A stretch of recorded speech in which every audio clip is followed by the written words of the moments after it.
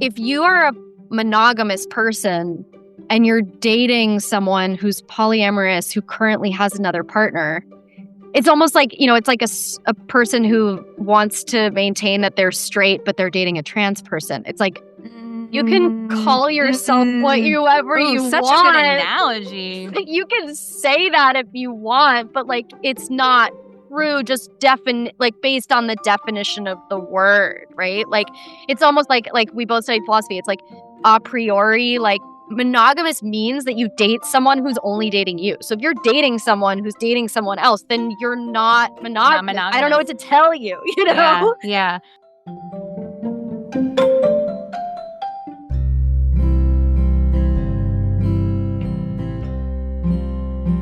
Welcome to Making Polyamory Work. Hi, I'm Libby Sinback, and I want to thank you for being with me today.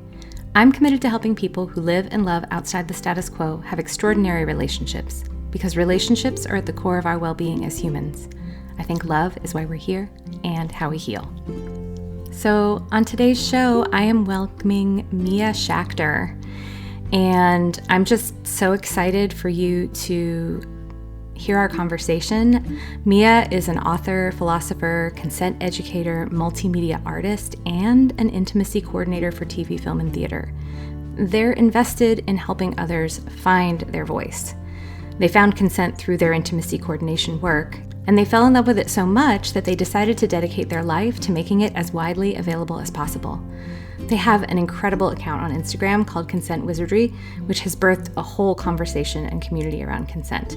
That's how I found them, and I encourage you to check out their Instagram account, their Substack. I just really, really appreciate their contributions to the consent conversation, and especially the ways in which they talk about it in a very nuanced and non-shamey way. Mia and I are going to answer 2 listener questions together, and really at the root of both questions is a deeper question of, should I be feeling what I'm feeling, or wanting what I'm wanting? So I hope you enjoy our conversation as we explore that together.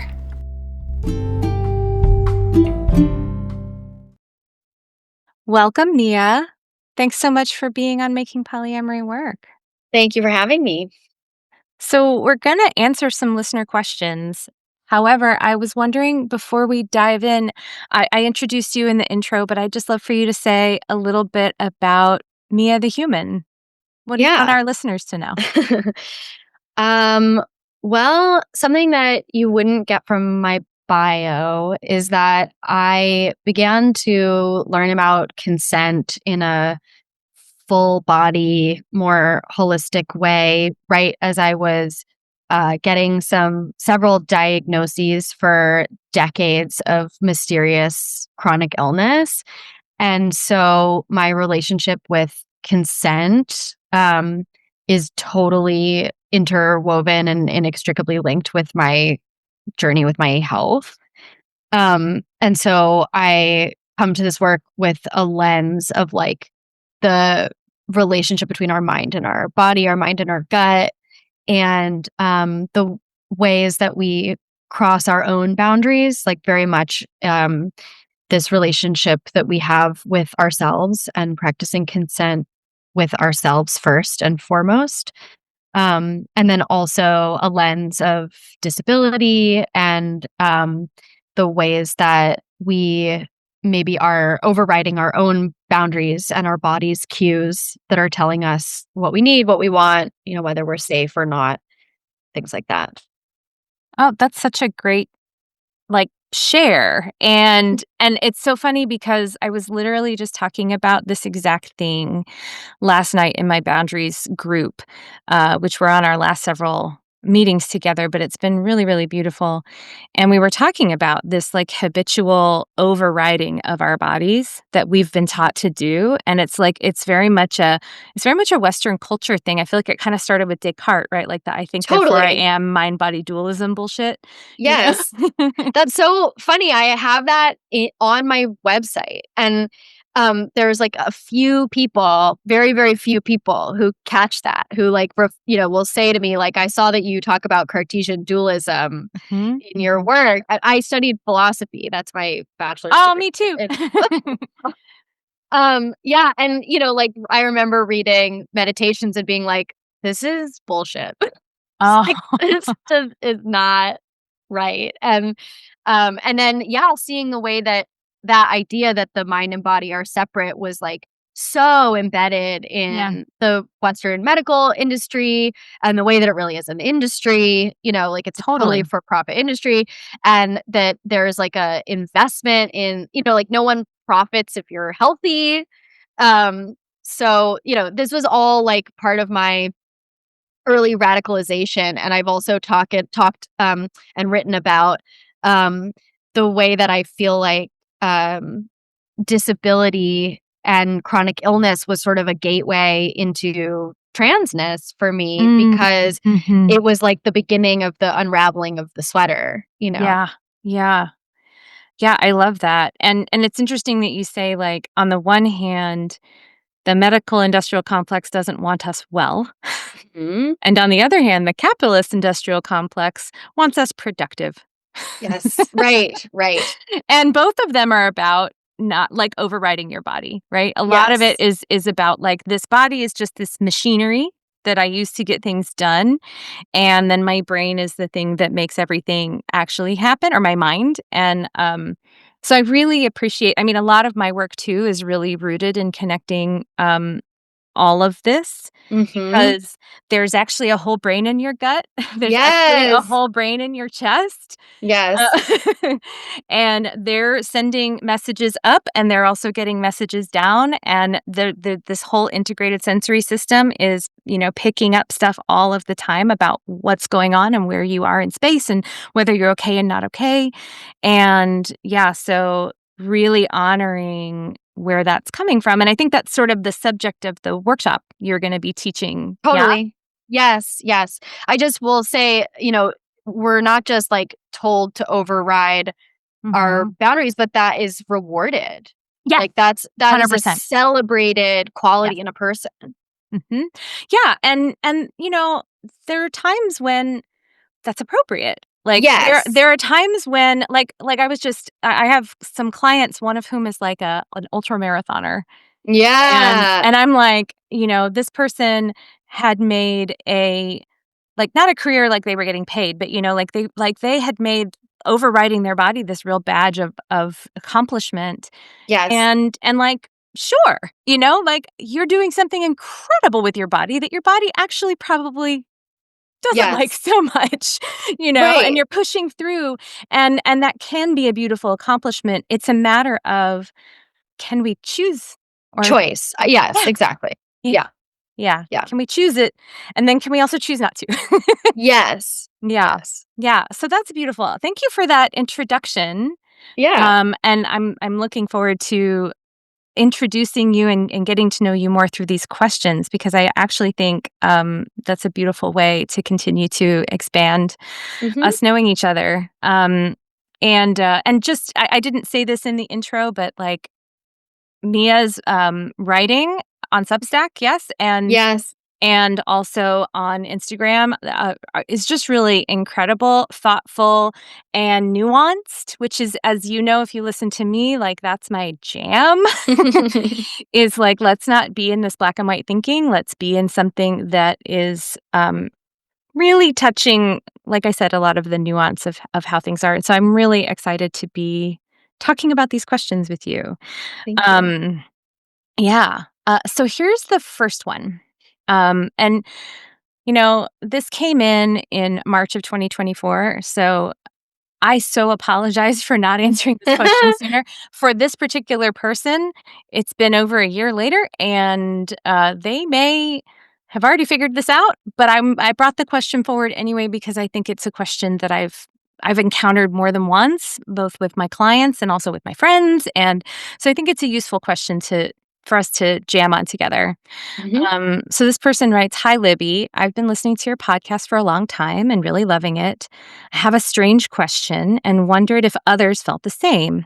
I have two partners and I'm also dating a couple. My newest partner is wonderful, very attentive and thoughtful, and makes me feel really seen, but I don't have that intense NRE I usually feel at the beginning of a relationship. Now, it's only been a few weeks, and I'm not sure if that happens sometimes, where you just skip that phase or it'll come later, or if it's a sign I should pay attention to. I can't come up with any concrete answers anywhere, and so I thought I'd ask an expert. Not an expert, but it's okay. But thank you so much for being your beautiful, authentic self and allowing listeners to learn from you. Uh, so yeah. Yeah. It's funny, I also bristle at the word expert, but, that's not the point of the question. Right, right.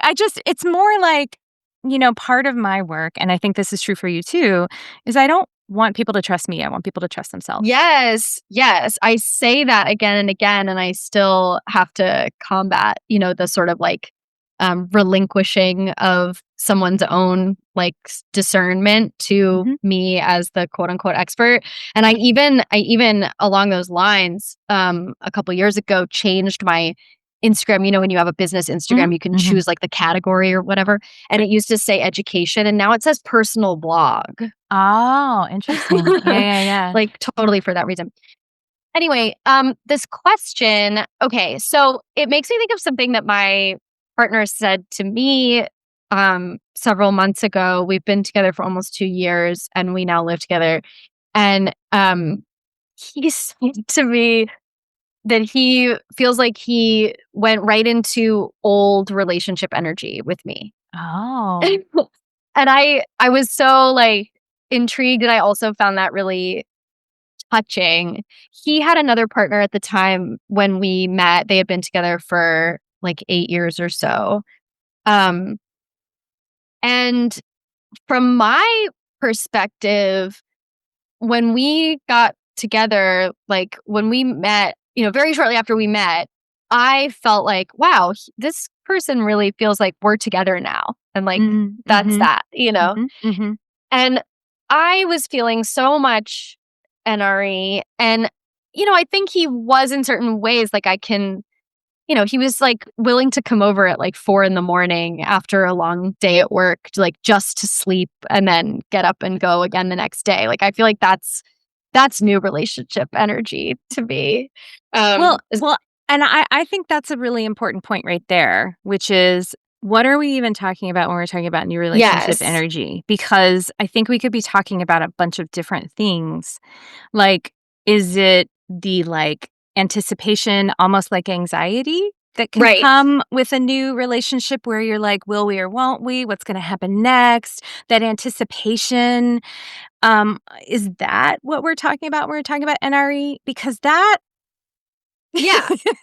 Well, that's where I was gonna go. I that's Yeah. exactly right. What I was thinking was, like, I wonder how sometimes I think a lot of NRE is anxiety. Right. And, I and think so too. anxiety, yes, and anxiety isn't, like, net negative like, I think anxiety is also, like, excitement overlaps with that and, like, Well, and it can be like a perfectly reasonable response to not knowing what's coming next, right? Like, so uncertainty. yeah. Yes. Yes, Mhm. and I so I wonder how much of, like, if you feel really secure in your other relationship and perhaps have like even learned some more secure attachment for yourself via that relationship, I wonder if NRE feels different for you now. Right, right. And I also wonder if yeah, just like the way that NRE feels with a new person when you also have this other relationship is different. Like, Yeah. there's a different kind of, space inside you for what a new relationship is gonna feel like. I also hear in this question, like, Mhm. they're wonderful and I really feel great around them. Like, that feels like security to me. Yeah, that was what I noticed as well. I picked up on, like, I feel it's wonderful, attentive and thoughtful, makes me feel seen. And Yeah. and it's interesting, like I said, I think that as we're holding, like, if what I'm used to feeling is anxiety, uncertainty, like, I feel like maybe even I have to work to get this person to wanna be with me, I have to be sexy or mysterious, but instead it's just easeful. Yeah. The absence of all of that other drama, game playing, which some of us have been taught is just what goes with the territory of dating, then we might mistake the lack of that for a lack of NRE. Totally. I think there's sometimes in the beginning of a relationship, a totally natural and understandable urge to like prove yourself or like demonstrate, like I'm great, like let me show you everything. And if you're not like, if you're feeling more confident and secure in yourself, and especially if you're with someone who makes you feel seen, then you may not feel that impulse. And the absence of that might be confusing. Yeah, yeah. So that's one question I would have. What else we got here? Like others, because I'm thinking about like there's also the alternative, right? Which is like maybe I'm just not that excited about this person. Right. I'm just not that into somebody. Yeah. I mean, I guess my question would be like, do you want to keep seeing them? Yeah, right. Like, because if the answer is yes, then I don't know, like there's no like right or wrong way to feel chemistry. I have learned in my own like dating journey that at one point in my life, chemistry felt like, um, like oh my God, I feel like I've known you forever and only want to Mhm. be with you. And like, I can't believe we found each other. And like, you understand me so like I feel so Mhm. like this feels so cosmic. And and what I've learned, and I'm not going to say that this is always the case for anybody else, but I have learned for me that there was a sort of like desperation Mm, undercurrent to mhm, that, mhm. and it often led to or bred codependency for me. Mm. Um When you say and codependency, what do you mean? Yeah. Like that my feelings are like dependent on your feelings. Like if you feel bad, I'm gonna feel bad. That if I feel bad, it's your fault in some way. Like Mhm. we have to have, this kind of relationship in order You for have to me be, to like, feel a certain perfectly, way. like, synchronized in Yes. everything, and so there can't be any discord or conflict, or it has to be Right. fixed right away. Yes. Yes. And Yeah. as I've worked on my own codependent tendencies, and as I've worked on healing my own like attachment wounds, like I sway anxious when I'm stressed, and I've done a lot of work on that, and now I'm in a place where like chemistry feels a lot more grounded and I feel a lot more choice in it. Mhm, And mhm. that's something that I really appreciate about polyamory, is that, like, I Yeah. can have a crush on someone, I can have feelings for someone, and I can choose what to do about it, whereas, like, in a monogamous paradigm, like, a crush could mean the end of my relationship, it could mean that I've made a mistake, or yeah. Yeah, there's so many wonderful things you said there, and I just wanna pull them out one Mhm. by one. And I actually wanna start with the last thing you said, which is, like, a nice thing about polyamory, and I'm gonna say it a little differently than you said it. It's like we don't have this scarcity mindset of, "I need to pick Yeah. the right one, the best one, and it better be the right and the best one," and, like, it needs to be this cosmic fated thing because it's gonna be the one, right? Mhm. If we're not thinking that way, there's a and scarcity mindset can still show up even when we're looking at multiple partners and, but it doesn't have to be that way. We're open to that, and that can help our bodies just relax. We're not, like, having this drive, "I gotta find that one." So that was the first thing I really liked, and then I'm gonna go back to the thing you just said at the beginning, which is there's no right way to have chemistry, Mhm. and and, like, the question that to ask yourself about, is this a sign of something? Does it mean I'm not that into that person? It's just like, do you wanna keep seeing them? Yeah. And do you enjoy being around them? Like, how do you feel around them? And then that's your answer. And the reason I like those 2 things together is that, again, it opens up a diversity of types of connecting rather than hierarchicalizing them. Yes. I met someone back in 2017 who I fell madly in love with, and it was like what you were describing, that, like, "Oh my god, I can't believe we found each other." We were, like, finishing each other's sentences. We were, like, all these, like, crazy, like, wordless synchronicities were happening, and I was mind blown. And that's the type of relationship that we're taught is the one, the thing, the only thing that we should be going Mhm. for. And I was like, but I also have other relationships. I have more than one Right. romantic relationship and also deep, intimate friendships. And I was not thinking to myself, oh, now this one is way more important than everybody else. Right.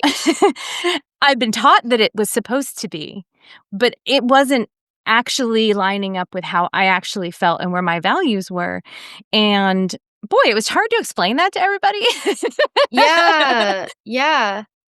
Right. I think there's something that I love from my friend Dean Spade's book, Love and Effective World, that I'm looking at Mhm, right now. mhm, What mhm. is the way that he talks about that you can have NRE with friends, with Yes. groups, with Yes. organizations, with your gym, With like you can jobs. with a Yeah. job, you can have NRE in all these different dynamics. And thinking about it that way also changes the way that I think about NRE showing up in romantic relationships as well. Because as you said, like there's no one flavor of NRE. Yes. And I think, I mean, I I can imagine, I can relate so much to the feeling of like when I am unpartnered and I meet someone and we have that kind of chemistry and I feel that like, oh my God, like I just want to be around you all the time, like that kind of feeling. But I can totally see how having a secure long-term relationship would change the way that I experience NRE with any new person Mhm. because I'm not operating from that place of like, I really want a relationship and I really want this to turn into something else because I have that. Right. So I would just be careful to like assign meaning or like a story to this that means that you're not into it. Right. Um, and at the same time, like it can be a different kind of relationship. And maybe it becomes like, the person that the really good friend that you go to the movies with and hold hands and make out with. Right. And it doesn't become someone that you introduce your parents to, you know? Or that you're, like, going to play parties with and, Right. like, boning in the in front Mm-hmm. of everybody. I mean, like, there's so many different flavors of even just a romantic and sexual connection, Yeah. and what a beautiful thing that when you're polyamorous, you have the opportunity to try those different flavors and not have everything look the same, and Right. you do have that freedom if you're not on that escalator. Right. You get to be detached from outcome, What is this? Let's just follow it and see. Yeah. And then I think the antecedent to that would be if you're not into it, but you're telling yourself you should be because Yeah. he's a really nice guy or, she shows up with chicken soup when you're sick, but you're like, you're not into it, Yeah. then it would be like looking at, oh, where am I like shooting on myself? Yes, right. Where am I trying to convince myself to make this into something that it's not? Yeah. And releasing that pressure might actually reveal a different kind of relationship that you hadn't considered. Yeah, I mean, yes, it might. It also might the person who wants that with you might feel rejected and be Yes. like, "Well, I Yes. only want this with you. I don't want this other thing. I don't wanna feel downgraded," which, of course, I don't agree that Yeah. friendship is a downgrade, but, I can understand why people would see it that way. Yeah. But I think it's like the theme there is follow the thread. Follow Yes. your heart, follow your gut, listen, and see what's there, yeah? Yeah. Yeah. I think the listening is really key because right, if you catch the thoughts coming up that are like, I want to want this, you know, Right. like, okay, well that's information Mhm. for you. But Yeah. if you just want to spend time with that person, like then do Yeah, yeah, it. yeah, exactly. Yeah, it's all about what feels right for you, not about the shoulds. Because it sounds like it's Yes. like, should I keep wanting to see this person if I don't feel this particular Yeah. set of sensations? And it's like, I don't know, let's find out. Right. Yeah, Right. cool. Hey, real quick before we get back to the episode. If you've been listening to this show for a while and you've been nodding along, but then feeling stuck and making these ideas part of your reality, Well, I made something for you. It's a workbook based on the most popular episodes of the show, with simple practices and reflection questions so that you can apply this stuff to your life. Just head to libbysinback.com/workbook and grab your copy. So that feels like a good landing place for that question. Mhm. So let's bring forward the second one. And this has a little bit of a similar Yeah. flavor in terms of like, can I trust myself and trust how I'm feeling? But a totally different topic. So the person writes in and says, I'm polyamorous, and I'm summarizing because this was quite a long message, so I'm going to just kind of summarize it. So I'm polyamorous. My partner and I have a long established partner, and we've decided we're going to open ourselves up to this. So we're new. Um, I only want one primary like romantic relationship while remaining open to other people. Like that's what I'm planning to do, my style. And then my partner has started dating others, but they started dating someone who is not polyamorous, who is actually monogamous. And that understandably kicked up a lot of feelings for the person writing. Mhm. Making them feel insecure, making them feel like, oh, is this person gonna be happy? Because they're having some, insecure attachment with my partner. I'm worried that they're gonna get hurt. I'm also worried that they're gonna want monogamy with my partner. Like this whole thing is just making me really, really uncomfortable. And my partner's assuring me that it's fine. Mhm. But for me, I'm struggling both with, is this ethical to do this? Is it ethical for me to not like it? Can I ask my partner, hey, could you only date people who are already polyamorous and who want this lifestyle too? Or if I ask my partner to do that, is that me trying to control them and not trust them? Am I allowed to ask my partner to not date certain people or certain types of people, or is that absolutely not okay? Mhm. Yeah. Yeah, I mean, So actually lots of mm, questions inside oh, the question. right. Well, I also, like, have personal experience with this, and Mm. I have made a rule for myself that I'm not gonna date someone who's like, I don't wanna be someone's first experience with non-monogamy. Mhm, And that mhm, comes from a place of, like, I don't wanna have to be hand-holding someone through like, I'm there for your feelings, and I'm there for your needs and your reactions, but I'm mhm, not there to educate someone that I'm dating. I can, of course, educate about me, like, right. specifically, uniquely me, but I can't have to be like, "So here's how this works," you know? Mhm, Um, and, that's just where I'm at 36. Um, but my partner recently dated someone who had never dated non-monogamously, mhm. and Wait, but did they want to? Like, were they like, "I've decided for myself within myself that I want to be non-monogamous now," or did they just meet your partner and they were like, "I really like you, and I guess it's okay that you have another partner"? it was mostly the latter, Really? and Okay. yes, and it Alright. was like, he, I think, was, like, interested enough in my partner that he was like, "I'm open to trying this, and I'm vaguely curious." Um, so I was uneasy about that, not because I thought my partner might, like, be taken away or Mhm, something, but mhm, just because I was like, "You are gonna be dealing with so much, like, not what you wanna be dealing with, and also not, like, the level of work that you wanna put in based on the way that you feel about this person." Like, this feels like a clearly a very casual thing for you, okay. Mhm, and, um, it ended up fine because what happened was the guy that my partner was dating wanted a serious relationship, and it was clear that that was, like, not on the table. mm, So they ended up parting ways, like, okay. amicably and totally fine. Mhm, So in terms of, like, this person writing in, I think it will sort itself out because if your partner is polyamorous, they cannot date a monogamous person. Like, it just is not going to work. And if your partner, because even if you two split up, if your partner is polyamorous, they cannot date a monogamous person long term.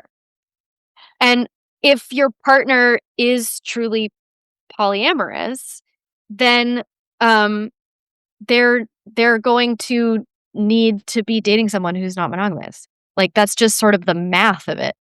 I mean, I hear what you're saying.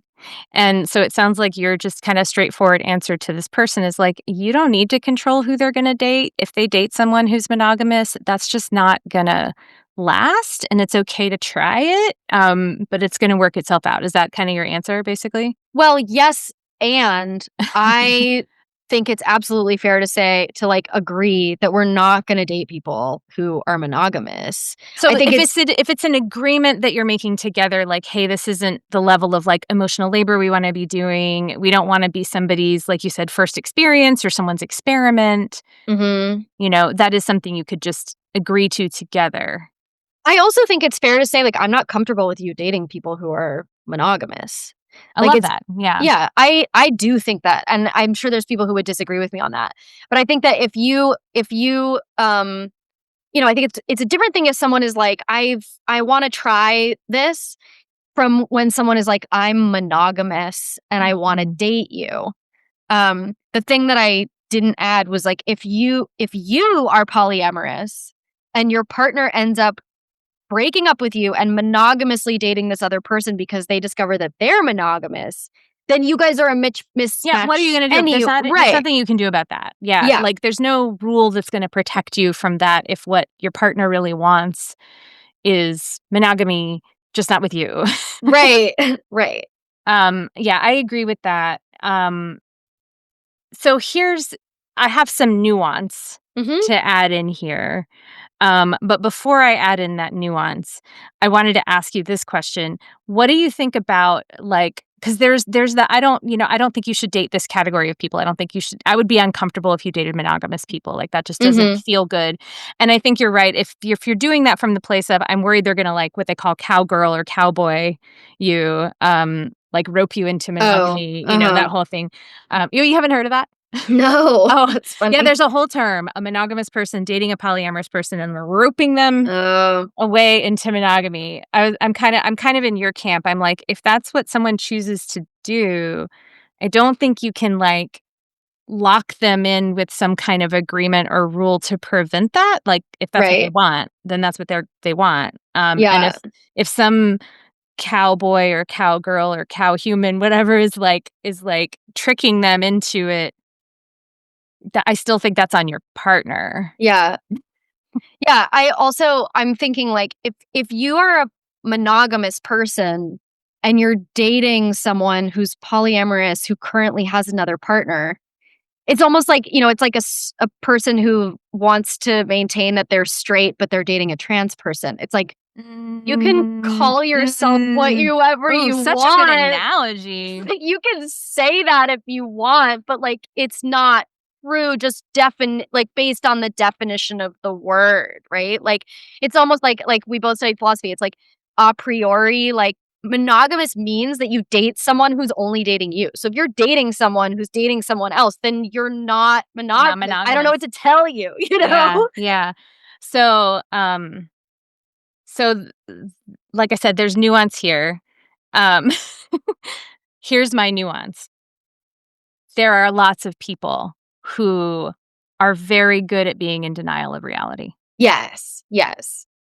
And, I often say when I'm working with folks who are just struggling, I'm like, right now, there's a reality that's painful that you are fighting.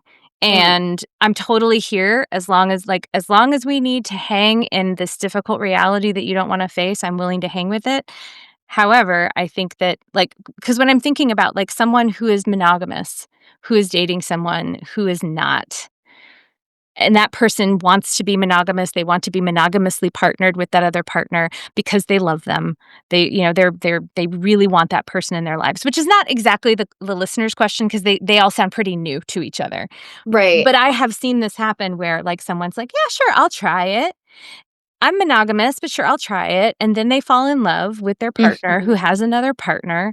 And then they don't like it, but they like this person and they don't know what to do. And there's this, and they don't want to leave. And their partner loves them too and doesn't want to leave. And so then we're stuck in this little dance of this is not what we want, but Yeah. I don't want to leave either. And oh, it's tough. So, uh, and that is not fun for anybody. It's not fun for the meta who's over here watching this play out and feeling like unwanted and even resented by their other partner, by their Mm. partner's other partner. And then the partner, most of the time, is a people pleaser. Yes. Yes. Right. And Most of the that's time. why the person writing in doesn't trust them. Yes, and that is what I often say. I'm like, you don't trust your partner, not because you think they'd lie to you or manipulate you or betray you. You just don't trust them to hold the line Right. on things if it might upset someone they care about. And that's true. Like that, I mean, Yes. that shows up a lot. And whew, what then? Yeah. I mean, I write a lot about people pleasing. I posted about it yesterday. Um, and it's something I teach a class. I'm also teaching a class in January for people pleasers. Um, and I think you're really onto something with that. Yeah, I mean, people like again, if you're in a reality you don't like and you're Yeah. a people pleaser, you're going to do everything you can to try to make that reality not true.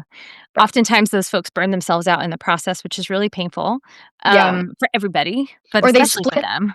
or they split themselves in two where they're like saying one thing to this person and one thing to the other person, Correct. and they don't consciously think that they're lying or manipulating, but that is what they're doing. But that is what they're doing. Yeah. Yeah. And then that person who's in the position of the listener who wrote in, Mhm. that feels like absolutely terrible to them. Like they cannot trust their partner, they cannot feel secure and safe. Their partner actually isn't actually ever gonna leave them, most likely, Right. but they don't know what's up and what's down, what's true and what's not, and or where they stand, and I think some people, their biggest fear, if they've been in a long-term anchored relationship, is being left, but I think for some people, actually, their bigger fear is being sidelined. Yeah. Yeah. Like, Yeah. I'm still with you, we're still doing all the life things together, we still have a shared bank account if we have that, we're We still still raising kids. call each other. Yeah. Mhm. Yeah. But really, I'm not investing in this relationship. I'm Right. not investing in you. I'm giving all of my excitement, my newness, my fun, my spontaneity to this other Right. people or peoples. Or I call you my partner and I call myself your partner, but I don't show up the way that I used to, or Right. I don't do the things that I would want in a partner or that I do for this other person. Yeah. Yeah. Yeah. So, I think we're still in the same I think we'd probably still agree Yeah. that yeah, you can't control that either. You can't control it. I do think that, I think this person is like worried that it's controlling behavior to Mhm. say, but like to me, that's sort of it's a given. If we are polyamorous, we cannot date monogamous people. Like, Mhm. that's not me saying, like, you can't date people with this kind of genitalia. That's controlling Mhm. behavior. Mhm. Or, like, you Mhm. can't date someone of my gender, or you can't date someone long distance, or, like, anything. Like, Right. it's a contradiction. If you are polyamorous and you have other partners, you cannot date Yeah, monogamous they people. will not be monogamous with you. That's right, right. Yeah. I mean, they become non-monogamous by dating you, and if they are not willing to do the work that it takes to do that and to live that way and to relate that way, then you're gonna have a problem and you're gonna be annoyed all the time. Yeah, yeah. And so I think what I'm hearing you say is like it for this particular category, it's not controlling to say, "Hey, this would ideally be off the table for me," because first of all, like you said, it's a mathematical impossibility. Right. But second of all, like, and I agree, it's just asking for trouble. Totally. Totally. And so then, the follow-on question that this person didn't ask, but that it's worth sitting with is what if you have someone who was like the person your partner dated who is like, "I'm curious. I Right. don't know. I might try this." Because that feels like a tough one. Because some people, I mean, one of my best friends, they fell in love with someone in their kink community who was poly, and they were not. And they said, "Well, my philosophy and my values don't say I shouldn't do this, so let's try it and see."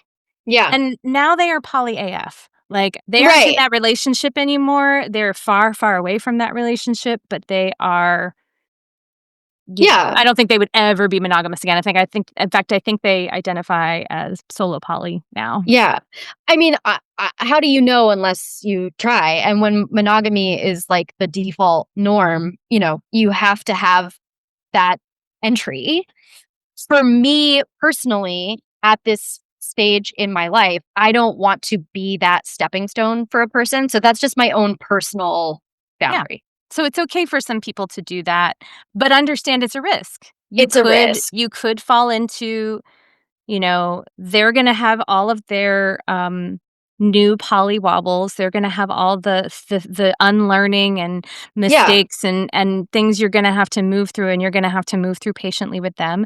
If you're new, that might be extra hard. Yeah. Yeah. So, it is worth thinking about I think I hear you and I love that you bring it on. It's like, think about your capacity. Think Yeah. about how much this is going to cost you in terms of time and effort. And do you really have that? And is it worth it?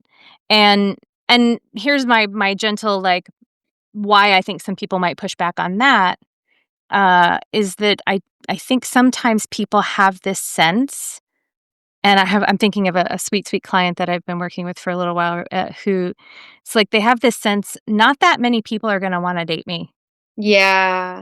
and so I gotta take what I can get, and if it's a monogamous person who's willing to bend for my what would probably be a deal breaker for a lot of people, my non-monogamy, then I gotta give it a go, Mhm. and I think that's a trap. Totally. I agree.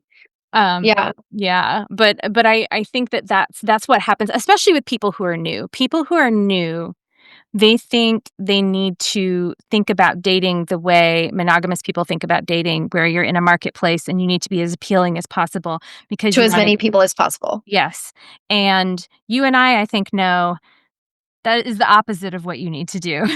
Yes. Yes. Be picky as you can be. That's how I feel. 100%, 100%. Yes. And I think that's really hard for, I think, people especially who might put themselves in a category of having a hard time dating in general, like, especially when we're Yeah. talking about, like, dating on apps. Like, I think a lot of cis men, for example, think, there just aren't that gonna be that many people who wanna date me. Um, but, I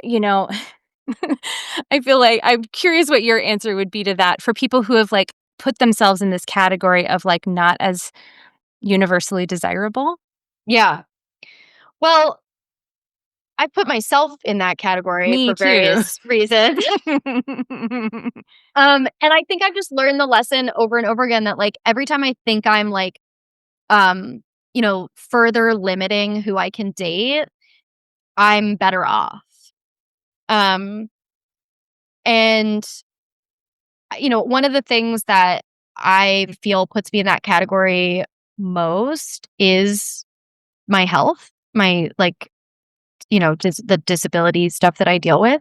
Mhm, Um, because it's a lot.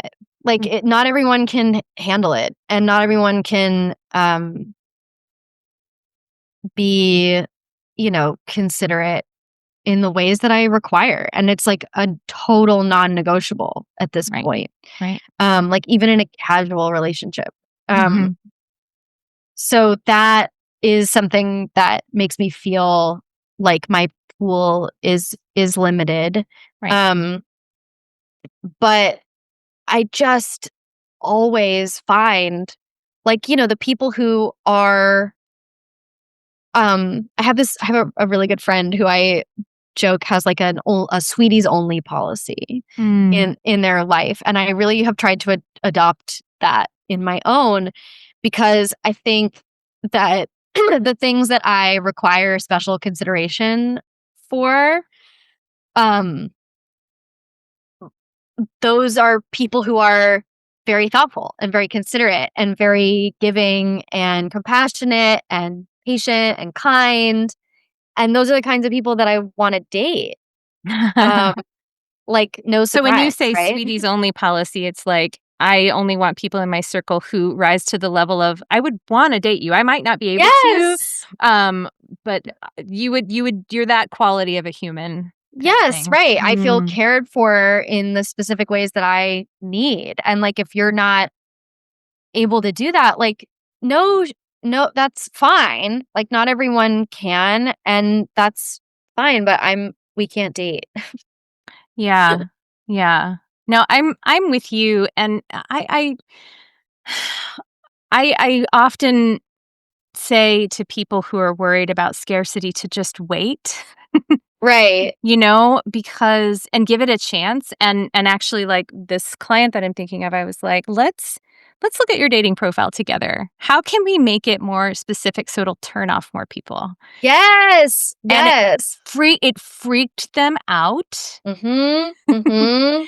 and I can't wait to hear how it's going because I haven't talked to them in a week, so, but, like, I was just like but then they said they were also excited because they Yeah. knew if somebody wrote them back that person was actually chill with some of their deal breakers, because they put them front and center, and I was like, "Exactly. Yeah. Don't woo somebody in, because what about your deal It's breakers? a Like, waste don't." of your time. Right, Yeah. right, exactly, exactly, Yeah. and yeah.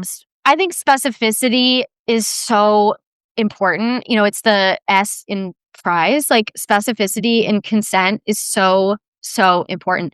And it's also fuel for creativity. I think specificity is a creative Mm. muscle, and like Mhm. being able to exercise that and be so, so clear. This is what I'm looking for. This is what I want. Um, it will bring it to you, because you start to, as soon as there's someone who doesn't line up with that, and I'm not saying you need like 100%, 100 out of 100 points, Mhm. but you better get pretty high, like, at least if Yep. you're looking for like a life partner, Mhm. maybe not in a casual relationship, maybe not in certain other kinds of relationships, but like, when you have that clarity for yourself, then when someone comes and they do not line up, you don't waste your time. And like, the sunk Yeah. cost fallacy doesn't touch you. Yeah. Well, and I think that's how this ties these 2 things together actually about, like, what should I want? What am I allowed to want? Like, and can Mhm. I trust myself that something that doesn't line up or does line up, but maybe not in Mhm. the way I'm expecting, can I trust myself to with my yes around that? Like, Yeah. I was even this is weird, but I was even thinking about this when I was out holiday shopping this weekend. I was, like, looking for gifts for people, and I was at this artist market, and all the stuff was very beautiful. Like, there's beautiful, like, jewelry, beautiful pottery, beautiful, beautiful stuff, and I'm walking around, and I'm not seeing anything. Just nothing that I wanted to buy for anybody. And I felt this pull inside of me. I don't exactly where in my body, but I did notice it in my body that was like, "Oh, I wanna buy something. I wanna buy something. I should buy something. There's pretty things here. I should have something. I should buy something." And I think a past version of me would have bought something that then would have been completely useless. Like, Mhm. wouldn't have been the right gift for anybody, wouldn't have been something I wanted in my house. But, like, that should can be so powerful, and it's hard to walk away from a Mhm. shopping experience, especially one where everybody really wants you to buy their stuff, and just go, "Nah, none of this. None of this." Yeah. I trust myself that when the right gift is the right gift, it's gonna speak to me, and I'm gonna get it, and I might have to shop longer for Yeah. it, which is why I say wait, Right. And it was such a good feeling to like track all of that as I was shopping. I was just like, oh, I don't have to buy anything. Yeah. I can feel the disappointment that like there's nothing I want to buy. I can feel the grief that I would love to give these folks my money. I wish Yeah. that they had something I wanted. Yeah. But it's just aligned. And, I think that's a good metaphor for like, really like really listening. You know, is this really what I want? And can I let go of maybe I'm going to have to wait a little longer and dig a little deeper and train myself. Like you said, Mia, like you were saying, like, I need to be specific about what I'm looking for. And that helps actually train this part of your brain called your salience network. It trains your salience network to look for it and to see Yes. it. And I think that's a big part of like how it finds you. I think it's a big part of like what Right. Right. manifesting is if you are specific about what you're looking for, then it's so easy to see when it's not there. And Right. it's so easy to swipe left instead of right, It's so easy to just move on.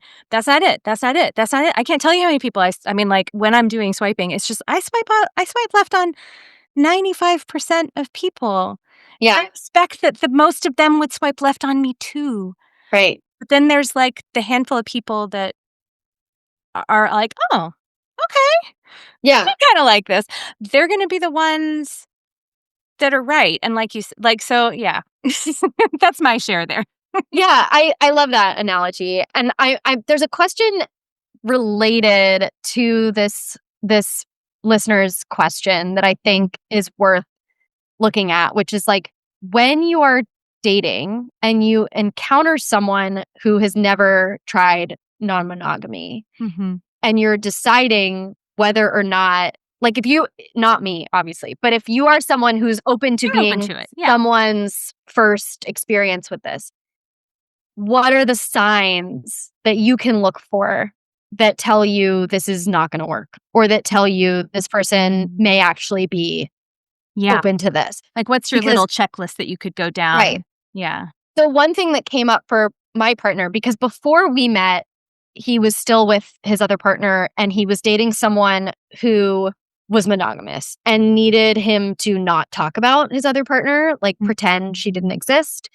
She needed him to like not talk about feelings for other people and things like that. It So was, like, in denial, like, needed blinders on. denial, right, needed Mhm, blinders. mhm. Yeah, and needed to be protected and like a don't ask, don't tell situation. Gotcha. So one of the things as he was entering into dating this new person was like he said to him, I have two other partners, I'm going to talk about them. And like if that's not okay, I'm moving on from like his particular situation, but like in your life, if you discover that that's not okay for someone, or they shut down, or they express no interest or no happiness for you, like that is an indicator that this is not It's not someone gonna work. who's Yeah, it's not going to work. Yeah. yeah. Yeah, no, I love that, I love that, and I think that because this person that I mentioned earlier in the episode that I kind of fell really in love with, Mhm.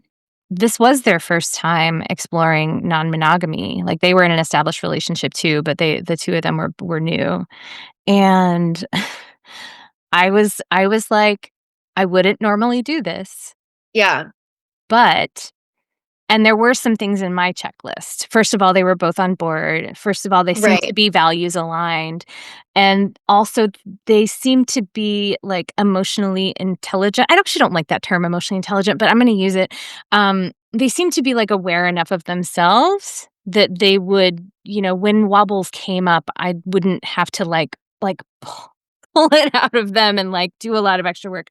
Um, and there were hard things about that relationship, um, because of the newness, for sure. Yeah. There were some growing pains, um, and I don't regret it.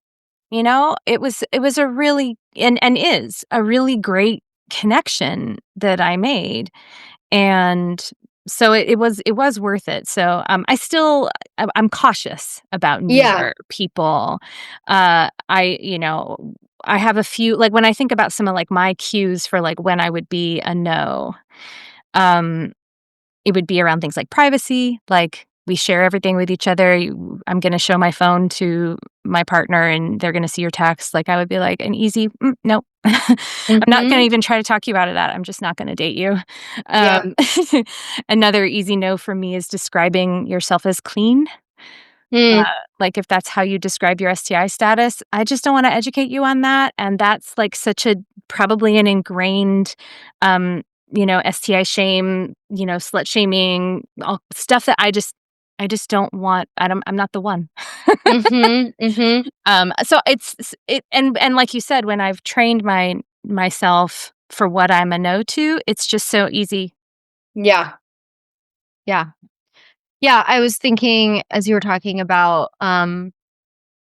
some of the yeses for me. I mean, if I were open to dating people as their first experience with that, um, if they're doing their own research, like if they're already, I don't want to have to give you Polysecure.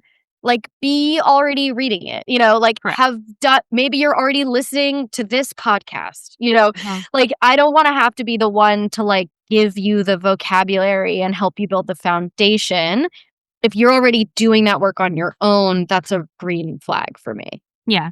I wouldn't want I wouldn't want anyone to be tolerating my No. polyamory. Like that would just be a very easy no. I wouldn't even want someone who wasn't like I mean, because there's I think it's okay to be like a maybe or we'll see or I don't Mhm. know. I think that's an okay place to be, but for me, I would want that enthusiastic yes.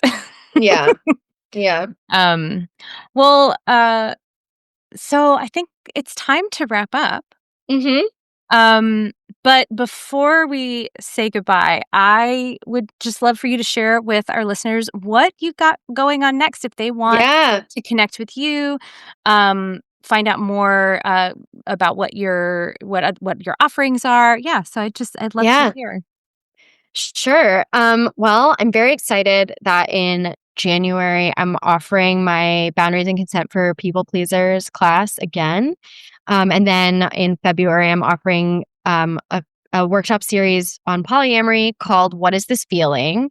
About recognizing your own body's cues of how you act, think, feel, and sound when you are, it runs the gamut, like feeling flirting, having a crush on somebody, feeling jealous, feeling stressed, feeling insecure, feeling like you're pulling away from somebody, feeling like it's time to break up. Um, and then also working on making very concrete offers and requests for like what you need when you're going through NRE with someone or when your partner is, or what you can realistically offer that's within your capacity. Um, you know, to let's say like you're going on a date with a new person and your partner like needs some comforting, like what can you offer them? Um, and then I'm also offering a class on boundaries and consent for artists. So, specifically for artists and people who are self employed who want to make money off of their art or want to like build up their art practice and like build security with that. I also have a book coming out in fall of Ooh. 2026, a collection of essays and interviews on consent. Um, Dean and I may be offering a class on flirting. We just wrapped up one on the romantic comedy. And then we didn't talk about it at all, but I wrote a musical, an autobiographical musical, Awesome. um, I mentioned some health issues that I had. They were followed by almost 3 years of not knowing that I had a tapeworm. Oh And my gosh. yeah, and I wrote a musical about my codependent relationship with this tapeworm. Um, Wow. Does the who's tapeworm have any solos? yes, he does. Yes. Yes, he has his own song. And this time we're doing it with a full band for the first time on stage. That's happening in February. So if you're in Los Angeles, please come to that. It's called Squirm, a True Story.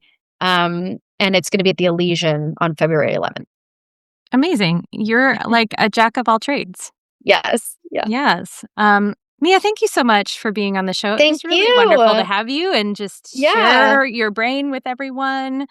And Yeah. folks Great can to get to find know you. you on Instagram, on Substack, and I will link all of that in the show notes. Yes, I'm at consent.wizardry in most places. Fantastic.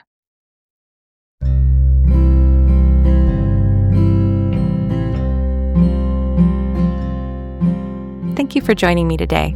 If you have any thoughts about what I've said or a question for the show, I'd love to hear from you. You can find me on Instagram at thatpolyammom, or you can reach me on the podcast show website at makingpolyamorywork.com.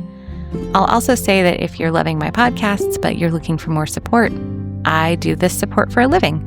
I help individuals, couples, and groups have amazing relationships, and you can find out more about my offerings on my personal website, libbysinback.com. If you love this podcast, please share it with your friends, your networks, your Instagram stories, etc. And make sure you subscribe so you don't miss an episode. Also, if you listen on iTunes or Spotify, it's really wonderful to leave a review or a comment because it will help more people find the show. Making Polyamory Work is created by me, Libby Sinback. It is edited by Finn of the Normalizing Non-Monogamy podcast and hosted on the Spotify podcast platform.